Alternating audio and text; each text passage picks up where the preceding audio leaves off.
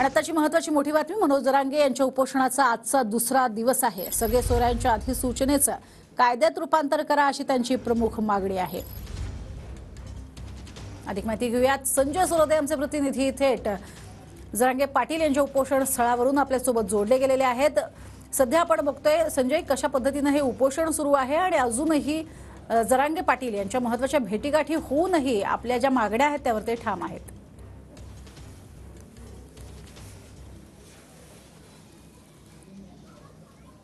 नक्कीच प्रज्ञा, आपण बघू शकतो की जरांगे पाटील यांचा उपोषणाचा आज दुसरा दिवस आहे। यापूर्वी जरांगे पाटील यांनी तब्बल 26 दिवस उपोषण केलं होतं आणि या ठिकाणी ते पुन्हा एकदा उपोषणाला बसलेले आहेत।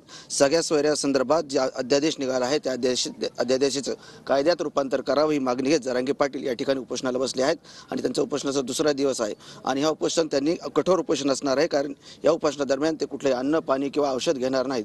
त्यामुळे या उपोषणाला भेट देण्यासाठी काही इथे नागरिक आलेले आहेत, काही विद्यार्थी आलेले आहेत। आपण त्यांच्याशी बोलूया। दादा, मला सांगा, तुम्ही कुठून आलात? भेट झाली का जरांगे पाटलांची? काय बोलणं झालं? पाटलांशी आत्ता बोलणं झालं ते बसा म्हटलेले आहेत। आम्ही महाराष्ट्रातल्या वेगवेगळ्या जिल्ह्यातील संशोधक विद्यार्थी आहोत, सारथी PhD संशोधक विद्यार्थी। पाटलांनी जो निर्णय घेतला उपोषणाचा, त्या उपोषणाच्या निर्णयाला आम्ही सर्व विद्यार्थी, संशोधक विद्यार्थी पाठिंबा देत आहोत। आणि आज महाराष्ट्रातल्या वेगवेगळ्या ठिकाणाहून जवळपास 200 ते 300 विद्यार्थी या ठिकाणी येणार आहेत आणि आम्ही देखील उपोषणाला सगळेजण बसत आहोत आजपासून। सारथीचा PhDचा जो मुद्दा आहे तो अनेक दिवसांपासून प्रलंबित आहे। महाराष्ट्र सरकार अजून देखील संशोधक विद्यार्थ्यांना सरसकट फेलोशिप द्यायला तयार नाहीये।